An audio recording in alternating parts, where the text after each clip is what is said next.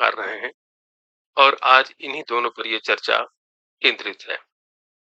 मैं विषय की ओर ही सीधे-सीधे आते हुए वाल्मीकि के राम और तुलसी के राम, दोनों गाथाकारों के राम में, दोनों के रामों में क्या मूलभूत अंतर है, इसे मूलभूत के साथ-साथ थोड़ा विस्तार से भी हम श्रोताओं के सामने प्रकाश डालने की कृपा करेंगे। आदरणीय राधा वल्लभ जी। ठीक है वरुण जी, ठीक था आवाज। अच्छा, ठीक है। हाँ, कदाचित आपके पास मंदी आवाज पहुंच रही है, अन्यत्र जा रही है। मेरी यह धारणा है कि दो परंपराएं हैं, एक ऋषि के काव्य की परंपरा है, एक संत के काव्य की परंपरा है। हमारे यहाँ तो काव्य शास्त्र में परिभाषित ही किया गया, जो ऋषि का काव्य है उसके लिए महाकाव्य की कोटि ही अलग बनाई गई, उसको आर्ष महाकाव्य कहा गया। और साहित्य दर्पणकार विश्वनाथ जो सुप्रसिद्ध आचार्य हैं काव्य शास्त्र के, उन्होंने कहा कि महाकाव्यों में सबसे ऊपर महाकाव्य हुआ करता है वो आर्ष महाकाव्य, ऋषि के द्वारा रचा हुआ महाकाव्य होता है। और दूसरी एक दृष्टि जो बाद में आती है और मध्यकाल में विशेष रूप से आती है, जब भक्ति साहित्य, भक्ति आंदोलन प्रबलता से भारत में उभरता है।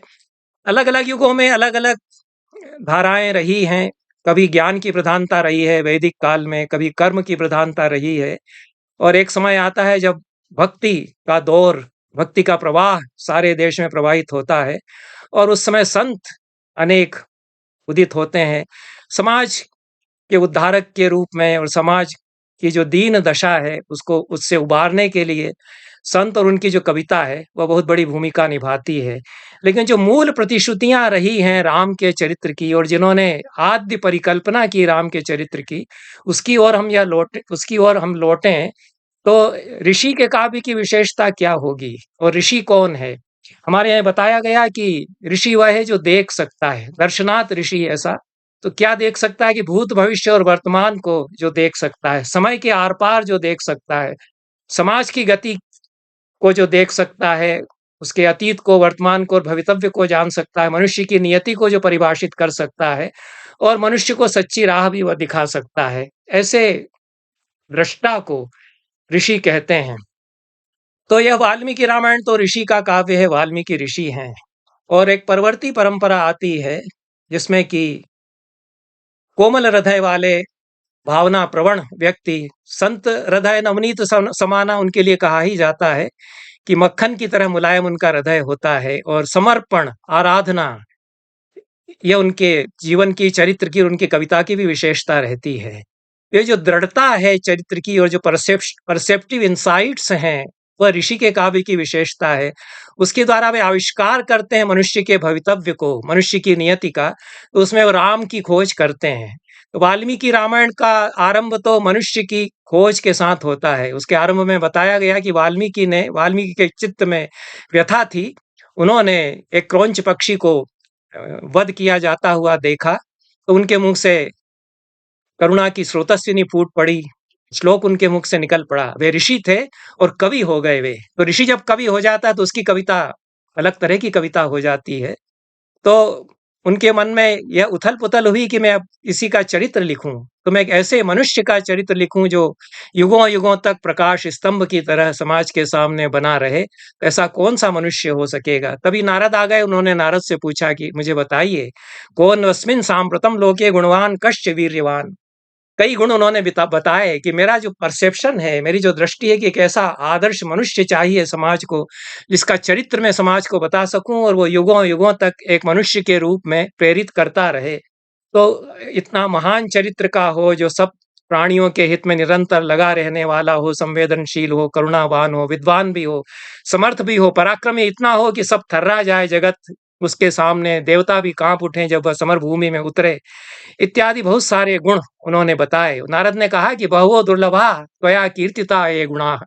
आपने तो बहुत सारे दुर्लभ गुण बता दिए, एक मनुष्य में कैसे मिलेंगे, पर फिर भी एक मनुष्य है जिसमें सारी संभावनाएं जाग रही हैं। तो तैर्युक्त श्रूयताम नरः, ऐसे एक मनुष्य के बारे में मैं बताता हूं। आप तो खुद जानते हैं, राम से परिचित हैं, राम तो आपके आश्रम में आ चुके हैं।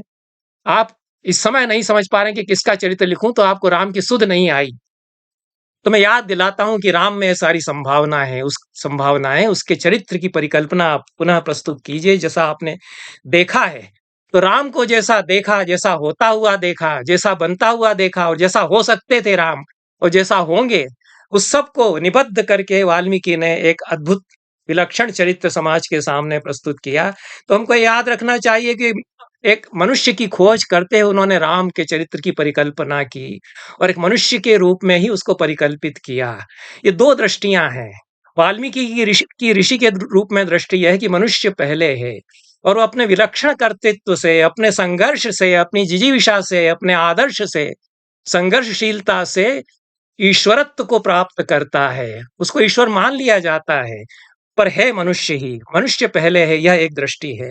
और एक दूसरी दृष्टि है कि दुखियारे जगत के उद्धार के लिए ईश्वर अवतार लेते हैं, तो ईश्वर पहले है, मनुष्य बाद में है। यह मूलभूत अंतर हो जाता है मेरी दृष्टि से। दोनों कथा वही है, मूलभूत जो प्रयोजन है कथा के वो भी वही है कि समाज को दिशा दिखाना है, उद्धार करना है, लेकिन जीवन दृष्टि का भेद हो जाता है, दृष्टि का भेद हो जाता है कि मनुष्य पहले है और ईश्वर वह अपने कर्तृत्व से हो सकता है। मेरे लिए यह बहुत महत्वपूर्ण है। मैं इसको अपने लिए वरेण्य मानता हूं कि मुझे एक ऐसे व्यक्ति के बारे में बताया जाए जो अपने कर्तृत्व से ईश्वर के रूप में माना जाने लगता है, और एक एक ऐसी अवधारणा जिसे माना गया कि ईश्वर ही सब कुछ है, वो जो करेंगे वही होगा, वो ही सोई जो राम रचि राखा को करी तर्क बढ़ावे साखा। तो तर्क को एक तरफ रख दीजिए और उनके प्रति समर्पित पूरी तरह से हो जाइए। तो जो 1000 वर्षों तक मध्यकाल में यह दृष्टि रही, यह एक दृष्टि है और एक ऋषि की दृष्टि है जो वैदिक विश्वबोध के साथ आती है। वैदिक ऋषि भी यही कहते हैं कि अब हम अपने कर्म से भविष्य का निर्माण करते हैं।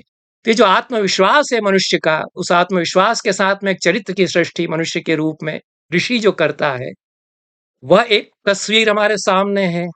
और एक संतों के द्वारा जिसको परिभाषित किया गया भक्ति काल में, जिसमें कि ईश्वर है और ईश्वर ही सब कुछ है और मनुष्य उसके सामने पूरी तरह समर्पित है, दास्य भाव से समर्पित है, यह एक दृष्टि है। तो ये मूलभूत अंतर दोनों की प्रतिश्रुतियों में हो जाता है।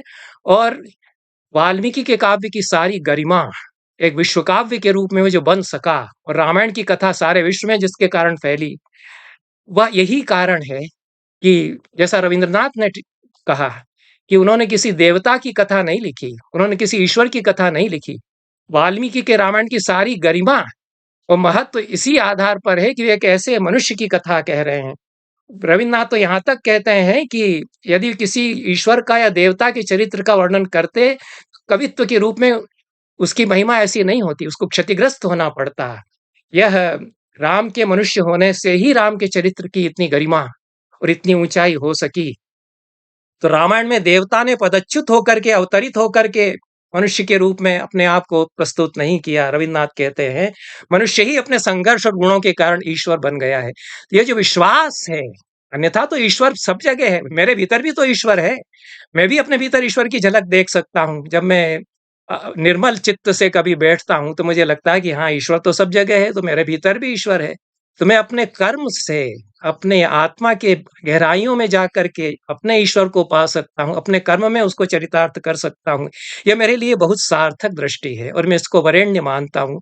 मूलभूत अंतर में एक बात और इसमें जोड़ना चाहता हूँ कि फर्क कहाँ आ जाता है। जब आप मान लेते हैं कि ईश्वर ने अवतार लिया है, तो कहीं मनुष्य के रूप में कोई कमजोरी उनमें आ ही नहीं सकती है।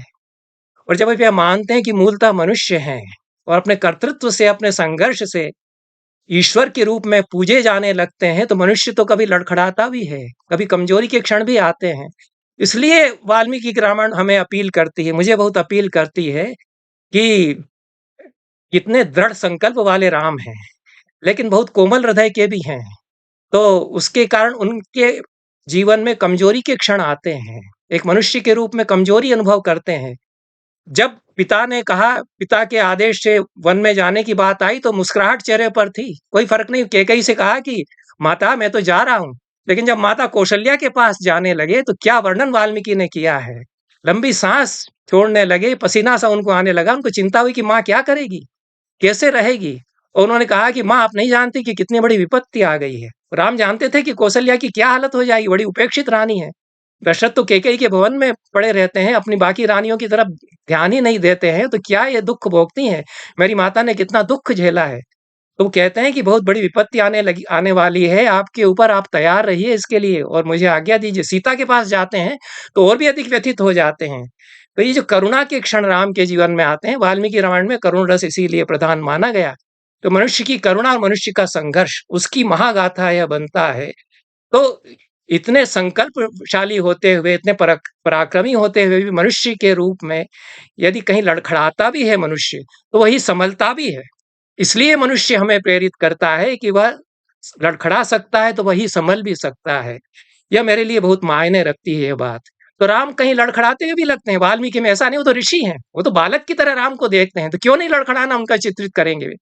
राम उनके सामने बच्चे हैं, राम को उन्होंने खेलते हुए देखा है, उसके भविष्य का निर्माण फिर उन्होंने किया। राम को ही तो उन्होंने रास्ता बताया था कि कहाँ से तुमको जाना है, कहाँ से तुम पहुंचोगे दंडकारण्य में। तो वाल्मीकि के चरित्र की राम के जीवन में जो ऐतिहासिक भूमिका है, वही भूमिका उनकी राम की वाल्मीकि रामायण को लिखने में है कि वो उस चरित्र को किस प्रकार से प्रस्तुत करते हैं। लेकिन ये नहीं भूलते हैं कि मनुष्य है, मनुष्य तो लड़खड़ाएगा भी, लेकिन संभलेगा भी वही। ईश्वर नहीं लड़खड़ाएगा ना संभलेगा। इसलिए एक मनुष्य के रूप में मेरे लिए ये चरित्र ज्यादा मायने रखता है कि जो संभल सकता है। यदि कमजोरी, ऐसे कमजोरी के क्षण बहुत आते हैं जो वाल्मीकि रामायण में, उसका आप पढ़ जाइए, और इतने मार्मिक प्रसंग हैं। विराट राक्षस ने पकड़ लिया और राम अवश्य हैं, उसकी उसकी शिकस्त से छूट नहीं पा रहे हैं। तो लक्ष्मण से कहते हैं कि देखो लक्ष्मण क्या हो गया, मैं इससे छूट नहीं पा रहा हूं, तुम भाग जाओ यहाँ से, तुम भाग जाओ, जो होना हो सो होगा। देखो कैकेयी ने हम लोगों को ये वनवास दे दिया तो क्या गति हम लोगों की हो गई। इतने दुखी होने लगते हैं, माता को कोसने लगते हैं, पिता की याद करते हैं चित्रकूट में, तो कहते हैं क्या हो रहा होगा, हमारी माता ने पता नहीं क्या किया होगा, हमारे पिता इस समय जीवित हैं कि नहीं, मुझे बड़ी शंका हो रही है लक्ष्मण, हमारी माता कौशल्या का क्या होगा हुआ होगा। ये जो बहुत मनुष्य के रूप में संवेदनाएं हैं, बहुत संवेदनशील है राम। इतना संवेदनशील चरित्र पूरे भारतीय साहित्य में वाल्मीकि के बाद किसी ने प्रस्तुत नहीं किया। ये मेरा दावा है, मैं बहुत सारे प्रसंग उद्धृत कर सकता हूं कि कितनी बारीक दृष्टि से मनुष्य के रूप में मनुष्य की पहचान राम करते हैं, अपने साथ के लोगों की कितनी परवाह करते हैं, कितनी संवेदनशीलता के साथ में परवाह करते हैं। तो ये राम के चरित्र की एक मनुष्य के रूप में विशेषताएं जो वाल्मीकि ने ली, एक आधुनिक मनुष्य के रूप में मेरे लिए बहुत अपीलिंग है, मेरे लिए बहुत सार्थक हैं, और मैं विश्व के लिए आज उसको बहुत प्रासंगिक मानता हूं। एक संत काव्य की विशेषता है जो ईश्वर के प्रति समर्पित होकर के समर्पण भाव के साथ प्रतीक्षा करती है कि ईश्वर आएंगे और उद्धार करेंगे। वह दृष्टि अपेक्षित हो जाती है एक ऐसे काल में जबकि मानवता रौंदी जा रही है और कोई आधार नहीं है, कोई त्राण का उपाय नहीं है, तो हमको संबल प्रदान करती है। यह मूलभूत अंतर दोनों में है। अगला प्रश्न आप ले सकते हैं जी। उन्हें पहले से अवतार के रूप में देखती है। क्या यह एक विकास क्रम के रूप में देखा जा सकता है इतने लंबे हजारों वर्षों के अंतराल में, या फिर ये इन दो महत्वपूर्ण कवियों के दृष्टिकोण का ही अंतर है? आप हाँ, ये बहुत महत्वपूर्ण प्रश्न है। दृष्टिकोण का अंतर तो है ही, लेकिन दृष्टिकोण का अंतर ऐतिहासिक प्रक्रियाओं के कारण और जो युगों युगों का अंतराल आया है उसके कारण है। ये हमारा युगबोध बदल जाता है। एक वैदिक काल में ऋषि हैं, वहां पर मंत्र दृष्टा ऋषि हैं, वो भूत भविष्य वर्तमान को पारदर्शी दृष्टि से देखते हैं। यह एक युग है, वो ऋषियों का युग है। वो ऋषियों का युग बीत चुका, वह फिर एक तर्क का काल भी आया, दार्शनिकों का काल आया और ज्ञान का विमर्श का काल आया। यह भी 1000 वर्ष तक हमारे यहाँ बड़े बड़े दार्शनिक, दिग्गज दार्शनिक जिसमें हुए। फिर 10वीं 11वीं 12वीं शताब्दी के बाद भागवत महापुराण है, पुराणों का पौराणिक धर्म है, भक्ति का उदय होता है। और उसकी ऐतिहासिक प्रक्रिया ही ये है कि भक्ति का उदय होता है दक्षिण देश में और प्रसार उसका धीरे धीरे होता है। इधर बड़े बड़े संत आ जाते हैं, दक्षिण में अंडाल हैं और इधर मीरा है, इधर तुलसी हैं, सूर हैं। तो यह युगों के अंतराल के कारण जो परिस्थितियां परिवर्तित होती गई, उनमें इम्फेसिस किस ज्ञान भक्ति और कर्म में से किस पर चला जाता है, यह इससे अंतर आता है। और एक ज्ञान का मार्ग है, एक दृष्टि है, एक मनुष्य को मनुष्य के रूप में प्रस्तुत करने की दृष्टि है, वो उसकी ऐतिहासिक प्रक्रिया से रूपांतर होता है। लेकिन यह कोई भी काव्य यदि लिखा जाता है तो ज्ञान के साथ भक्ति तो रहती ही है, और तीनों एक साथ ही चलते हैं। प्रधानता किसकी होगी, ज्ञान की होगी कि कर्म की होगी कि भक्ति की होगी? तो राम के प्रति भक्ति भावना तो सारी प्रजा में है। राम को अपने उद्धारक के रूप में अयोध्या के वासी सब लोग देखते हैं। तो भक्ति उसमें अंतर्निहित है, भक्ति का भाव उसमें अंतर्निहित है और राम को इस रूप में देखते हैं तो धीरे-धीरे उनको ईश्वर मानने लगते हैं। तो इस प्रक्रिया को भी वाल्मीकि बताते हैं और बहुत बारीकी से, जो ऋषि का काव्य उसमें एक-एक शब्द को बारीकी से देखते हैं तो बहुत सारे अर्थ उसमें निकलते हैं।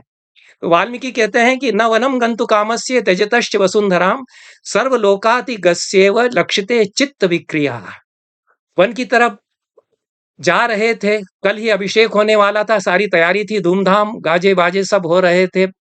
अयोध्या सारी प्रजा उल्लसित थी कि हमारे राम राजा बनने वाले हैं और आज कहा गया है कि तुमको वन चले जाना है। तो उनके चित्त पर कोई विकार ही नहीं, जैसे मुस्कुराते हुए रहते थे वैसे ही मुस्कुरा रहे हैं। माता से मिलने जब जाते हैं तब जरूर चेहरे पर हवाइयां उड़ने लगती हैं कि क्या होगा इस राजकुल का, इसमें इतने षड्यंत्र चलते हैं, इतने कुचक्र चलते हैं, राम जानते हैं, बड़ी यथार्थवादी दृष्टि है। और लेकिन फिर उसी तरह से निकल पड़ते हैं। तो वन की तरफ जाते हुए जो चेहरा था, मुस्कान थी, वही बनी रही जो राज्याभिषेक की बात सुनते समय जिस तरह से चेहरा प्रफुल्लित था। तो सर्वलोकातिगस्येव लक्ष्यते न लक्ष्यते चित्त विक्रिया।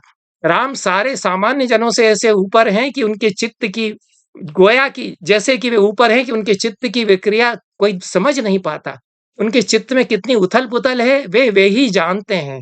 सब लोगों के सामने वे स्वस्थ प्रकृतिस्थ रहते हैं, लेकिन एक मनुष्य के रूप में भीतर कितना झेल रहे हैं, ये राम ही जानते हैं। तो सर्वलोकातिग दिखाई पड़ते हैं, सामान्य जनों से कुछ ऊपर नज़र आते हैं बाकी सबको। तो सामान्य लोगों की नज़र में वो धीरे-धीरे ईश्वर होने लगते हैं कि ये तो हमसे कितने ऊपर हैं। क्योंकि जो दुःख इतना झेल सकता है और किसी को दुखी नहीं करता फिर, अपना दुःख इस तरह से बता करके, रो-धो करके, तो वह तो थोड़ा ऊपर हो ही जाता है। ऐसे कई महापुरुष हुए, बुद्ध को भी तो ईश्वर बना दिया गया। गांधी को उनके जीवन काल में ईश्वर मान करके पूजा करने वाले बहुत सारे लोग थे। गांधी को बहुत परेशानी उससे होती थी, वो बहुत हाथ जोड़ करके कहते थे कि मुझे ईश्वर मत मानो। तो कोई भी महापुरुष, उसको एक प्रवृत्ति होती है, हमारे भीतर एक भक्ति भावना होती है, समर्पण की भावना सहज रूप में होती है। वो महापुरुष भले ही कहता रहे कि नहीं, नहीं मुझे ईश्वर के रूप में पूजा मत करो, जो मैं बता रहा हूँ, जो मैं कर्म मार्ग दिखा रहा हूँ, रास्ता दिखा रहा हूँ, उस पर चलो। लेकिन सामान्य जनता की प्रवृत्ति होती है कि वह उसके प्रति समर्पित होकर के भक्ति भावना करने लगती। तो धीरे-धीरे जो जिस वाल्मीकि को रचा, वाल्मीकि रामायण में वाल्मीकि ने लोगों की उसके प्रति भक्ति का उदय होता है, उसको ईश्वर के रूप में देखने लगते हैं। ये वाल्मीकि के बाद ही ये प्रक्रिया घटित होने लगती। वाल्मीकि भविष्य दृष्टा है, इसलिए उसका संकेत देते हैं कि उनको सर्वलोकातिक, लोकातिक्रांत के रूप में लोग देखते हैं, वास्तव में नहीं है। इसलिए उन्होंने कहा कि गोया ही लगाया है उन्होंने कि गोया के दुनिया से ऊपर हो, ऐसे कुछ ईश्वर जैसे हो, ऐसा लोग उनको समझते हैं, ऐसे हैं नहीं। ये वाल्मीकि ने वहां कहा। तो ये ऐतिहासिक प्रक्रिया भी वाल्मीकि ने उसमें बता दी, क्योंकि वो दृष्टा है, ऋषि तो दृष्टा होता है। तो ये सब होगा। कोई भी महापुरुष जो है, चाहे जितना कहता रहे कि मैं तो मनुष्य आप लोगों की तरह हूँ और मेरे पास आइए, मुझसे सीखिए, लेकिन बुद्ध भी यही कहते रहे, गांधी भी यही कहते रहे। लेकिन लोग, हमारी एक प्रवृत्ति होती है, तो हम उसको ईश्वर बना देते हैं। तो ये ऐतिहासिक प्रक्रिया भी होती है और दृष्टिकोण का अंतर भी है। दोनों ही बातें आती हैं कि किस मार्ग पर वजन चला जाता है किस युग में आकर के।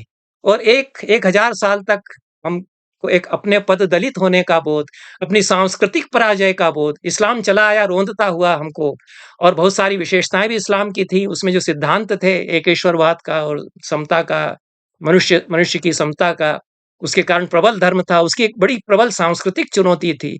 तो उस चुनौती के सामने और उसकी जो शक्ति थी और जो जो रोंदा उसने हमको, तुर्कों ने, मुस्लिमों ने, तो उसके सामने अपनी अस्तित्वहीनता का बोध एक तरह से, तो उसमें कोई अवलंबन संतों को जब दिखाई दिया तो राम के चरित्र में दिखाई दिया। वो तुलसी ने उसको इस रूप में प्रस्तुत किया कि अवलंबन बन जाता है फिर, और वह एक हमारी जो आह है, कराह है, उसको सुनने के लिए एक कोई है, या सहारा हमको मिलता है, उससे आश्वासन मिलता है, उससे हम अवलंबन पाते हैं। इस दृष्टि की भी सार्थकता है, लेकिन दृष्टिकोण का अंतर है और ऐतिहासिक प्रक्रिया भी है, और युगों-युगों में ये प्रक्रियाएँ होती रही हैं। अब फिर पुनरावलोकन हम कर सकते हैं। हम अपने समय में, अपने समय के यदि ज्ञान मार्ग को हम देखें, तो हम क्या लौटें वाल्मीकि के राम की तरफ? यह प्रश्न उठाया जा सकता है। ये दूसरे प्रश्न को लेकर मैं कहूँगा, और अगला आप प्रश्न ले सकते हैं। ये बातों से क्या यह माना जा सकता है कि वाल्मीकि के राम अपनी सिद्धि ईश्वरत्व में सिद्धि होती है, यानी सिद्धावस्था में ईश्वर प्रमाणित होते हैं, जबकि तुलसी के राम शुरू से ही ईश्वर हैं और ईश्वर के ही रूप में आचरण हैं? हाँ, यही माना जाएगा यदि यदि हमने अवतारवाद मान लिया। अवतारवाद, जहां तक मेरी अवधारणा है कि एक परवर्ती परिकल्पना है, और भक्तिकाल आते आते बहुत प्रबल अवधारणा अवतारवाद की होती है। गीता से ही आ जाता है यद्यपि। तो जब जब धर्म की ग्लानि होती है और अधर्म का उदय होता है, तब मैं अवतार लेता हूँ, ऐसा गीता में कृष्ण कहते हैं। तो ये अवतारवाद की जो अवधारणा आती है और उसमें राम को फिर एक ईश्वर के, विष्णु के अवतार के रूप में प्रतिष्ठा प्राप्त होती है। यह प्रक्रिया बाद में घटित होती है और दोनों में अंतर फिर उसी प्रकार का आ जाता है। जी जी सर। मर्यादा पुरुषोत्तम, हाँ। मर्यादा का एक आम व्यक्ति सीधा सीधा अर्थ लेगा व्यवस्था, परंपरा और मूल्यों की गुलामी जो उस वक्त प्रचलित हैं। ऐसे मर्यादाओं से बंधे राम क्या परंपरा से विद्रोह भी करते हैं? और वाल्मीकि और तुलसी दोनों के रामों में यह विद्रोह कहाँ-कहाँ और किस प्रकार दिखता है? ये बहुत अच्छा प्रश्न आपने, अच्छे सुचिंतित प्रश्न है और ये अच्छा प्रश्न है। सभी प्रश्न बहुत अच्छे हैं। तो मैं नहीं मानता कि बंदी बंधाई पूर्व निर्धारित मर्यादाओं का ही अनुवर्तन वाल्मीकि के राम करते हैं और न तुलसी के राम ऐसा करते हैं। मर्यादाएं तो स्थापित की जाती हैं, ऐसे महापुरुष के द्वारा मर्यादाएं जो पहले स्थापित नहीं की गई वे स्थापित की जाती हैं। मर्यादाएं तो उनको जो धर्म के जानकार हैं वो बता रहे हैं। यह तो नियम है कि बड़ा बेटा ही राज्य प्राप्त करेगा, और राम जानते हैं कि हमारे पिता ने राज्य शुल्क देकर के कैकेयी से विवाह किया। वो भरत को समझाते हैं, ये और कहीं नहीं मिलता, ये वाल्मीकि में ही सिर्फ है। चित्रकूट में जब भरत जाते हैं और भरत विलाप करते हुए कहते हैं कि भैया लौट चलिए, तो राम उनसे कहते हैं कि बेटा भैया तुमको पता नहीं है, ये ऐसा जरूरी था मेरे लिए करना, क्योंकि हमारे पिता ने तुम्हारी माता से विवाह किया था, ये वचन दे करके कि कैकेयी से जो बेटा होगा वह राजा बनेगा। राम इस बात को बहुत पहले से जानते थे, शुरू से जानते थे, इसलिए तो मुस्कुराते हुए उनको तो बड़ा भार उतर गया। जैसे वो मन में इस बात को लेकर के चिंतित रहते थे कि क्या होगा, हमारे पिता ने वचन दे रखा है और सारी प्रजा उनको चाहती है, सारे मंत्री उनको चाहते हैं। पिता जान निछावर करते हैं कि राम को ही राजा, प्रजा की इच्छा है तो राम को ही राजा बनाऊंगा। इसी तरह भरत को भेज देते हैं। ये सारे बड़े बड़े ज्वलंत प्रश्न उठते हैं, जिसके आधार पर मैथिषण गुप्त ने साकेत में लिखा, भरत से सुत पर भी संदेह, बुलाया तक न उन्हें जोगे है, चुपचाप भेज दिया ननिहाल भरत को। यही तो वहां मंथरा कहती है। तो ये जो सारे भीतर भीतर चल रहे हैं, राम उन सबको समझते हैं और इस सब के बीच वो एक अपनी मर्यादा स्थापित करते हैं। उनको जब समझाते हैं धर्म को जानने वाले लोग कि ये सब प्रश्न अब नहीं रह गए, जब भरत ने स्वयं मान लिया कि मेरा अधिकार नहीं राज्य पर, मैं नहीं ले रहा हूं, तो धर्म यही कहता है कि अब तुम लौट चलो। तब राम कहते हैं कि नहीं, मैंने वचन दे दिया है कैकेयी को, माता को, उस वचन का मैं पालन करूंगा, और वैसे भी जिसको मैं धर्म समझता हूं उसकी रक्षा के लिए मुझे वन में रहना चाहिए। एक छोटा धर्म है और एक बड़ा धर्म है। तो छोटे धर्म हमको छोटे छोटे सवालों में उलझाते हैं कि बड़ा लड़का ही राजा बनेगा, और अब भरत ने छोड़ दिया है, तब तो मान ही लेना चाहिए। अब तो कैकेयी भी कह रही है कि हाँ बेटा लौट चलो, सभी लोग कह रहे हैं तो लौट चलना चाहिए। राम कहते हैं कि नहीं, उनकी दृष्टि में एक बृहत्तर धर्म है, उसकी दृष्टि से वो मर्यादा की स्थापना करते हैं। तो मर्यादा पुरुषोत्तम जब उनको कहा जाता है, तो जो लीक पर पूर्व निर्धारित मान्यताएं मर्यादाएं हैं, उनको उनका अनुवर्तन करने के लिए मर्यादा पुरुषोत्तम वो नहीं है, बल्कि अपनी एक मर्यादा जो पहले किसी ने स्थापित नहीं की, इतनी बड़ी मर्यादा जिससे कि पहले के जितने सेट पूर्व निर्धारित पैमाने हैं वे छोटे पड़ जाते हैं, क्योंकि ऐसा तो किसी ने इसके पहले नहीं किया। वो कहते हैं मैं इतने बड़े धर्म का स्वरूप ये त्याग है, और यही उचित था क्योंकि वचन दे दिया गया था, पिता ने ही वचन दे दिया था, तो पिता को कैसे झूठा कर दूं, वो मेरे लिए ज्यादा बड़े धर्म की बात है और उसका पालन वे करते हैं। ये तो मर्यादा को कायम करने वाली बात हो जाती है। एक बहुत बड़ी मर्यादा जो राम ने निर्धारित की हमारे समाज के लिए, जिसके आधार पर मैं ये मानता हूं कि हिंदू समाज बचा रहा है, अभी तक बचा रहा है। इस बात को कम कहा जाता है, कि राम ने एक पत्नी व्रत की मर्यादा स्थापित की। मैं ये पूछता रहा हूँ कि क्या किसी धर्मशास्त्र में कहीं ये लिखा हुआ है कि वैदिक सनातन धर्म में या वैदिक धर्म में आदमी को एक ही विवाह करना चाहिए? क्या ये कहीं लिखा है? कहीं नहीं लिखा है। किसी स्मृति में, किसी धर्मशास्त्र में ये विधान नहीं बताया गया कि आदमी एक ही विवाह करे। उसके लिए पूरी छूट है और राजा लोगों के लिए तो छूट दी जाती थी कि विवाह आप दूसरा विवाह और विवाह करिए। पॉलिटिकल मैरिजेज होती थी, उस समय आवश्यक था। कोई भी धर्मशास्त्र ऐसा विधान बना ही नहीं सकता था। राम देख रहे थे कि इससे क्या-क्या हिंदू समाज में विकृतियां आती हैं। बहुविवाह जो पुरुष का है, उससे कितनी बुराइयां होती। हमारे पिता दशरथ के 300 रानियां थी। राम उनकी स्थिति देखते थे कि क्या हालत है इनकी, सुमित्रा की क्या स्थिति है। बहुत कारुणिक विवरण मिलते हैं बाद की रामायणों में। जो जो मध्यकाल में जो रामायण है उनमें इस तरह के विवरण नहीं आते हैं कि सुमित्रा क्या झेल रही हैं। उनको तो ये वर्णन भी मिलता है संस्कृत के काव्यों में कि एक कोने में खड़ी हुई हैं और दशरथ उनकी तरफ देख ही नहीं रहे हैं। जब वो पायस का जो चरु दिया अग्नि ने उसको बांट रहे हैं कौशल्या और कैकेयी की तरफ, वो दोनों रानियां पीछे देखती हैं कि वो खड़ी रह गई, हमारी वो तो बहन जैसी है, तो वो बुला के उसको देती हैं। ये भी वर्णन मिलते हैं। तो ये जो बहुविवाह के कारण महिलाओं की जो दुस्थिति है, उसको राम जानते हैं।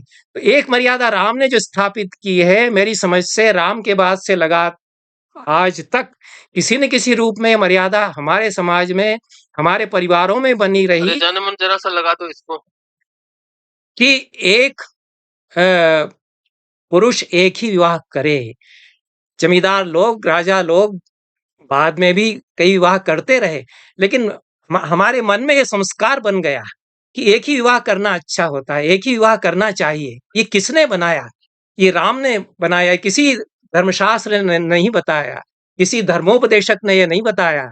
ये राम के कारण है। तो ये तो मर्यादा वो स्थापित स्वयं करते हैं, उनके कारण ये मर्यादा, उनके कारण बहुत सारे परिवार बच गए।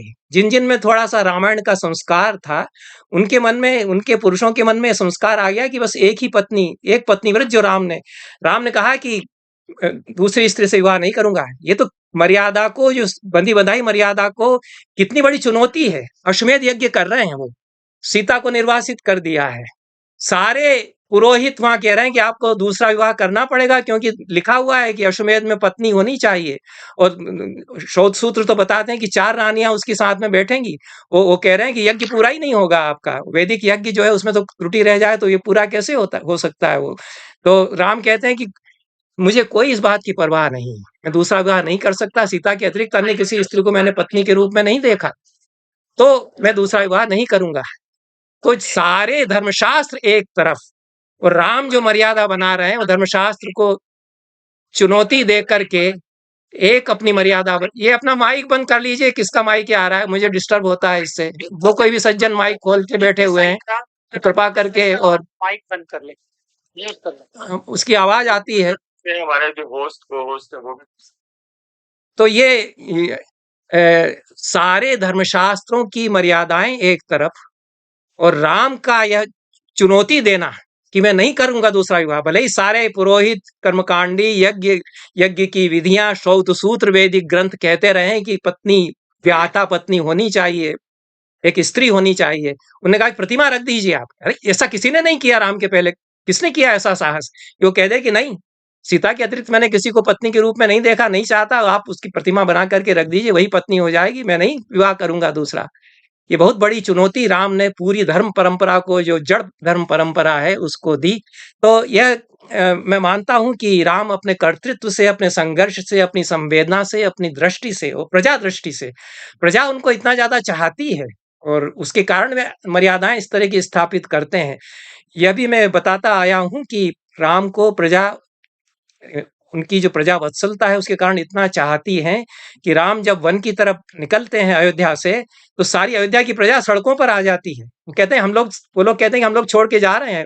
बहुत मार्मिक वचन है लोगों के। लोग क्या मॉब में कैसे लोग बातें करते हैं कि को कैकेयी अपने पास सेंध करके रख ले हमारी सारी संपदाएं, हमारे सारे घर, हम तो राम के साथ चले। हजारों हजारों लोग सड़कों पर आ जाते हैं। पहला सत्याग्रह है हमारे इतिहास का जिसमें कि जनता जुट जाती है कि हम जहाँ राम है वहीं हम लोग रह लेंगे। जैसे भी ये राम की जो प्रजा वत्सलता है उसके कारण होता है और इसके कारण बहुत सारी बंधी बंधाई मर्यादाएं टूटती भी हैं और नई मर्यादाएं बनती हैं राम के चरित्र के कारण।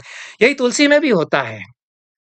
वो शबरी हालांकि उस पर मैं बहुत सारी प्रसंग सुनाता रहा हूं कि शबरी को हम लोगों ने क्या बना दिया, महायोगिनी महातेजस्विनी, और राम का कितना आदर वो करती, राम उसका कितना आदर करते हैं। स्त्री के प्रति जो आदर की भावना है, ये एक मर्यादा राम स्थापित करते हैं।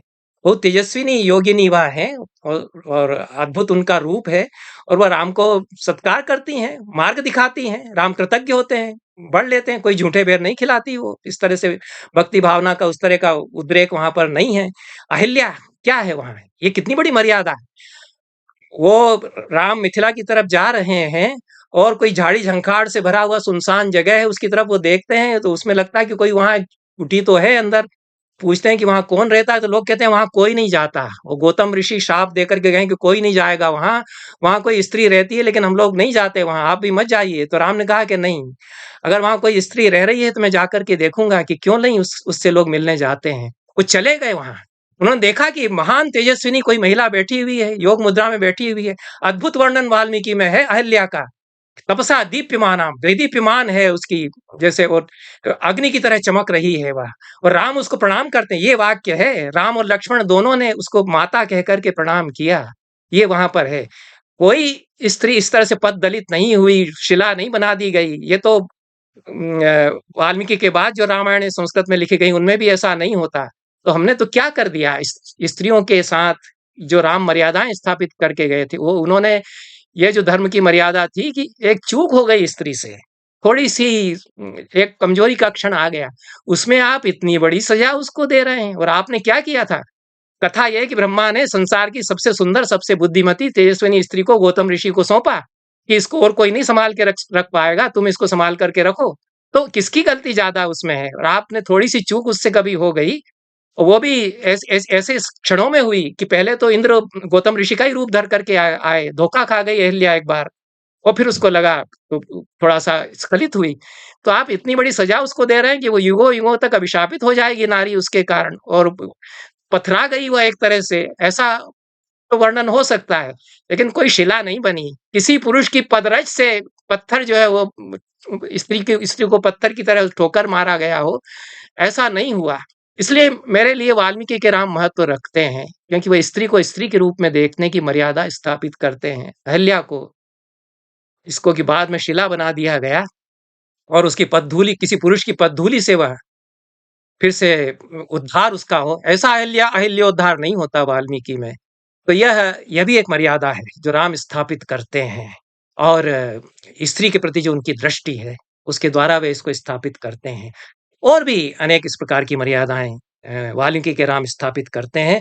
तुलसी जो भक्ति काल में लिख रहे हैं, वे जाति पाति की जो रूढ़ियां जकड़े हुए हैं, वर्णाश्रम व्यवस्था के समर्थक तो तुलसी भी हैं, लेकिन वे जिस तरह से गू को प्रस्तुत करते हैं, निषाद को प्रस्तुत करते हैं, जो जनजातियों के लोग हैं, और उनकी जो सहजता है, निश्चलता है, उसको प्रस्तुत करते हैं, और राम की भक्त वत्सलता उनके प्रति दिखाते हैं, और जो उससे जाति पाति के भेद टूटते हैं। यह तुलसी की दृष्टि है। यह भी नई मर्यादाओं को स्थापित करने वाली और एक एक विद्रोही चेतना वाले कवि की दृष्टि है। यह तुलसी में यह भी मिलती है, यह तुलसी में भी मिलती है। तो दोनों कवियों में बंधी बंधाई लीक का अनुसरण करते हुए मर्यादाओं में बांधा गया हो राम को, ऐसा नहीं हुआ है सर्वत्र, प्राय नहीं हुआ है। और उनके राम अपनी मर्यादाएं, चाहे एक मनुष्य के रूप में स्थापित करते हो, चाहे ईश्वर के अवतार के रूप में स्थापित करते हो, वे मर्यादाएं स्थापित करते हैं। समाज की जो पतनशील दशा है उसको चुनौती देते हैं उद्धार समाज का करने के लिए। इतना मैं इस प्रश्न को लेकर के कह सकता। तुलसी की बड़ी गहरी दृष्टि है, एक समाज चेता के रूप में जो गहरी दृष्टि है, और अपने युग के अनुरूप जिस प्रकार से राम कथा को प्रस्तुत कर रहे हैं, जो जो रूप चाहिए राम का समाज को बचाए रखने के लिए, बनाए रखने के लिए, उसको तुलसी प्रस्तुत करते हैं। इसीलिए तो रामचरितमानस जो है वो 500 साल तक हमारे लिए एक ऐसी ऐसी किताब रही है जिसने कि हमको, हमारी मनुष्यता को भारतीय समाज में बचा करके, बना करके रखा है। तो यह एकदम सत्य आपने कहा कि जो प्रसंग वाल्मीकि रामायण में मिलते हैं, इस पर मैंने अन्यत्र बहुत विस्तार से चर्चा की है। मैं वाल्मीकि रामायण में बालकांड और उत्तरकांड के अनेक अंशों को प्रक्षिप्त मानता हूँ, और इस अनुसंधान से, अंतर्राष्ट्रीय ख्याति के अनुसंधान से यह बात प्रमाणित की जाती है कि ये मूलतः वाल्मीकि के लिखे हुए नहीं है। बहुत सारे अंश उसमें। अब कोई कागज कलम लेकर के तो उन्होंने लिखा नहीं है। वाल्मीकि ऋषि हैं, जो रचना निकलती है तुरंत उन मेधा प्रतिभा ऐसी है कि सब याद हो जाती है। उसको वो कुछ लोगों को सिखाते हैं, कुछ ही लोग गायक हैं, लोक गायक हैं, उनको सिखाते हैं, वो जनता के बीच में गाई जाने लगती है। तो उसमें गाते गाते कुछ एक आध दो श्लोक गायक अपनी तरफ से जोड़ देते हैं, कोई प्रसंग अपनी तरफ से जोड़ देते हैं। शंभूक वध तो इतना अपमानजनक प्रसंग है। मैंने तो इस कड़ी शब्दावली में कहा है कि जिस आदमी ने जिसको जोड़ा है परम मूर्ख रहा होगा। उसको यही मालूम नहीं है कि जो द्वापर युग के ऋषि हैं उनके नाम वो त्रेता युग में डाल रहा है कि ये ऋषि भी वहां राम की सभा में मौजूद थे और राम से कहा गया कि उसका वध जा करके कीजिए, और कोई ब्राह्मण आकर के चिल्ला करके रोता। वो ऐसा हो ही नहीं सकता है। वाल्मीकि ऐसा ऐसा नहीं लिख सकते कि राजा के पाप से सारे बालक मरते चले जा रहे हैं और ये राजा के ही पाप से होता है। क्यों? तुमने पूर्व जन्म के पाप किए होंगे, ऐसा क्यों नहीं कहला देते उससे कि तुम्हारा बच्चा मर गया तो तुम्हारे तुम्हारे कर्मों का फल है, ये भी तो हमारे यहाँ माना जाता है। तो ये तो शूद्र का वध जो तपस्वी है उसका कराना है, उसको जस्टिफाई कराना, इसलिए प्रसंग जोड़ा गया कि शूद्र यदि करने लगेंगे तपस्या। वाल्मीकि तो उस काल में लिख रहे हैं जब शूद्र ऋषि हो गए। और वाल्मीकि रामायण में तो जो सनत कुमार का प्रसंग है, उनके माता पिता को भी तो मुनि ही कहा गया है। वो भी तो मुनि है, वो वैश्य हैं जन्म से। और वैदिक काल में ऐसे अनेक ऋषि मिलते हैं जो कि जन्म से शूद्र थे, अंत्यज भी थे, वो ऋषि हो गए। तो वाल्मीकि उस काल में लिख रहे हैं, उनके समय में ये प्रसंग नहीं हो सकता है। तुलसी ने इस बात को समझा कि इस तरह के प्रसंगों की अब आवश्यकता नहीं रह गई, लेकिन वो वाल्मीकि रामायण में जो प्रक्षेप जोड़े गए ये प्रचलन में आ चुके थे, इसलिए उन्होंने उसको संपादित कर दिया, उन्होंने उचित कर दिया। उन्होंने सीता निर्वासन का भी प्रसंग अपने रामचरितमानस में नहीं रखा। अन्य रचनाओं में संकेत तो दिया, सीता निर्वासन तो हुआ था। वो बड़ी यथार्थ दृष्टि के साथ में फिर वाल्मीकि ने तो उसका चित्रण किया। दो प्रसंग जो बहुत असहज हमको कर देते हैं राम के जीवन में। एक तो अग्नि परीक्षा के समय जो राम कहते हैं सीता से, उसको भी छोड़ा है आपने जो कहा। हाँ बिल्कुल। कुछ दुर्वाद प्रभु राम ने कह दिए सीता से, इतना कह के वो आगे बढ़ जाते हैं। वहां तो बहुत कठोर शब्दों में हम दहल जाते हैं कि राम ऐसा कह रहे हैं। एक बात यह भी छूट गई है इसमें कि जो वाल्मीकि की रामायण है वो सीता और राम के प्रेम की अनन्य अद्भुत कथा भी है। ये रविन्द्रनाथ टैगोर ने इस बात को समझा है। वो स्वयं इतने बड़े, वो खुद ऋषि कवि हैं रविन्द्रनाथ टैगोर, तो इस बात को समझते हैं कि ये गृहस्थाश्रम का काव्य है। राम और सीता की जो गृहस्थी है और जो दाम्पत्य है, दोनों के बीच जो प्रेम है और जो अंतरंग संबंध है, उनकी ये कविता है। जो राम के संवाद है, वो कहते हैं कि अन्योन्या राघवेण हम भास्करेण प्रभा यथा। सीता अपने राम के लिए कहती हैं कि जैसे सूर्य और उसकी किरण एक हो जाते हैं, जैसे चंद्रमा और उसकी चांदनी एक होती है, उस तरह से मैं राम से एक हूँ। और यही बात राम सीता के लिए कहते हैं। तो हनुमान इस बात को समझते हैं कि दोनों एक दूसरे के लिए बने हैं, ये दोनों एक दूसरे के बिना कैसे जी रहे हैं। अशोक वाटिका में सीता को देख करके वो सोचते हैं। तो ये दोनों के बीच जो प्रेम संबंध है, उनकी भी बड़ी गहरी कथा है। उसमें उतार चढ़ाव भी आते हैं, मनुष्य हैं तो थोड़े बहुत उतार चढ़ाव तो उसमें आएंगे ही। तो राम कभी कुछ का कुछ भी कह जाते हैं सीता से, यह भी होता है। और वो असहज बनाता है, उसको भी छोड़ दिया तुलसी ने। और राम ने फिर बहुत हृदय पर पत्थर रख करके सीता को निर्वासित भी कर दिया, अपनी प्रजा वत्सलता प्रमाणित करने के लिए उसको भी तुलसी छोड़ देते हैं। तो तुलसी ने संपादन किया, अपने समाज के अनुरूप बना करके उन्होंने एक ऐसे राम का चरित्र सामने उनको रखना था, जिस राम के चरित्र में जो बाद के शताब्दियों में कुछ प्रक्षेप करके कुछ विकार कर दिए गए वो भी निकल जाएं और एक ग्राह्य रूप उसका हो सके, यह मैं कह सकता हूँ। अगला प्रश्न ले। अच्छा, आज का युग जो कि एक आस्था वंचित युग है, बुद्धिवादी युग, ईश्वर विहीन युग, तर्काश्रित युग, जबकि राम कथा एक ईश्वर की ही गाथा होती है, भले वो सिद्धावस्था में हो या आगे शुरू से हो।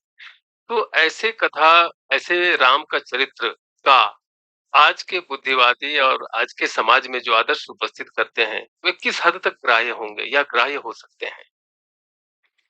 मैं तो समझता हूँ कि प्रासंगिकता का सवाल। हाँ, हाँ, एक तरह से। अभी तक जितनी चर्चा हुई है हम इस सवाल से टकराते रहे हैं कहीं न कहीं कि राम जो कुछ कर रहे हैं वह आज हमारे लिए क्या मायने रखता है। उन्होंने जो एक पत्नी व्रत की स्थापना की मर्यादा उन्होंने की और अपने कर्म से अपने आप को परिभाषित किया एक मनुष्य के रूप में, और ईश्वर का पद उन्होंने जनता की दृष्टि में अर्जित किया। इस रूप में वे हमारे लिए प्रासंगिक बने रहेंगे। तो इस रूप में जितने भी हमारे समय के अनुकरणीय चरित्र वाले महापुरुष हैं, उनके लिए राम प्रेरणा स्रोत रहे हैं। विशेष रूप से गांधी को आप कह सकते हैं, विनोबा को आप कह सकते हैं, और भी नाम आप ले सकते हैं।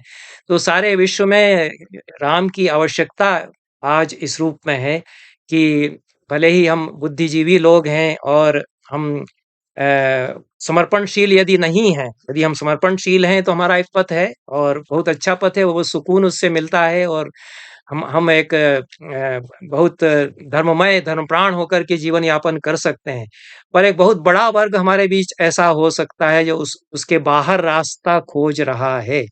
उनके लिए फिर वाल्मीकि के राम जिन जिन जो हमको ये चेतना देते हैं कि मनुष्य अपने कर्म से अपने आप को परिभाषित करता है और उस कर्म मार्ग को जो दिखाते हैं, तो उससे हम अपने आप को बना सकते हैं, अपने समाज को बना सकते हैं। ये जो बहुत विसंगतियाँ आज के समय हैं, सारी आपाधापी है, इनसे उभरने के लिए, क्योंकि राम के सामने भी तो बहुत सारी विसंगतियाँ थीं। कितने कलह, कितने षड्यंत्र अंतपुर में चल रहे हैं, राम इसको जानते हैं। कितने संकटों से उनको जूझना पड़ा। पत्नी का हरण एक पुरुष के लिए क्या क्या अनुभव होता है, राम बताते हैं उसमें कि देखते देखते किसी की पत्नी को कोई उठा करके ले जाए, इसका दारुण दुख मैं जानता हूँ। ये भारतीय पुरुष को कैसा आहत उसका अहम होता है इससे। उसके कारण तो कुछ बोल गए सीता के, वो राम राम नहीं रह गए उस समय। उनके भीतर जो सारा क्षोभ था और सारे समाज जो उनको देख रहा था उस समय कि देखें अब क्या कहते हैं, वो बोल पड़ा उस समय जब उन्होंने कुछ कुछ का कुछ कह दिया सीता से कि चली जाओ, कहीं भी चली जाओ और मेरी तरफ से मैं तुम्हें मुक्त करता हूँ इत्यादि। तो ये एक मनुष्य के रूप में उससे उबर सकना और अपना मार्ग ढूंढ सकना, अपने आप को पहचान सकना, अपने आप को कर्म से परिभाषित कर सकना और सारी विसंगतियों के बीच, सारी आपाधापी के बीच में अपनी राह खोज करके और अपना मार्ग खोजना, ये संघर्ष का जो मार्ग है, ये वाल्मीकि के राम हमको दिखाते हैं। तो ईश्वर के रूप में राम को यदि देखते हैं तो निश्चित रूप से उनकी एक बड़ी भूमिका रही ही है, और वाल्मीकि के मनुष्य के रूप में, मर्यादा पुरुषोत्तम के रूप में उनको देखते हैं तो एक बड़े वर्ग के लिए अभी भी मैं समझता हूँ कि राम एक बहुत बड़े सेतु हो सकते हैं, प्रकाश स्तंभ हो सकते हैं। इतना ही कहना काफ़ी होगा। हमारे यहाँ इतिहास की एक अलग अवधारणा है और रामायण को इतिहास कहा गया। महाभारत और रामायण ये दोनों आर्ष काव्य के साथ इतिहास काव्य के भी उदाहरण हमारी परंपरा में बताए गए। तो इतिहास क्या है, यह भी हमारे हमारे विचारक, हमारे ऋषि बताते हैं कि जो भूत, भविष्य, वर्तमान की पूरी गाथा, मनुष्य समाज के उत्थान पतन की गाथा प्रस्तुत करता है, ऐसा ऐसा कथानक इतिहास हुआ करता है। तो जितने हमारे जातीय स्मृतियाँ जिनमें संजोई गई हैं और हमारे आख्यान है, उपाख्यान है, वो सब हमारे लिए इतिहास कहे गए। तो आधुनिक हिस्ट्री की अवधारणा के अंतर्गत वो सत्यापित होते हैं या नहीं होते हैं, ये प्रश्न हमारे लिए नहीं रहा, क्योंकि जिसे वो लोग हिस्ट्री कह रहे हैं उससे ज़्यादा बड़ी चीज़ वो है। वो मेटा हिस्ट्री हमारे लिए है। वो जो हमारा यथार्थ है उससे बड़ा यथार्थ है, वो बृहत्तर यथार्थ का हिस्सा है। उसको हिस्ट्री के छोटे पैमानों से नहीं आँका जाना चाहिए, बड़ी चीज़ को बहुत छोटे उससे नहीं आँका जाना चाहिए।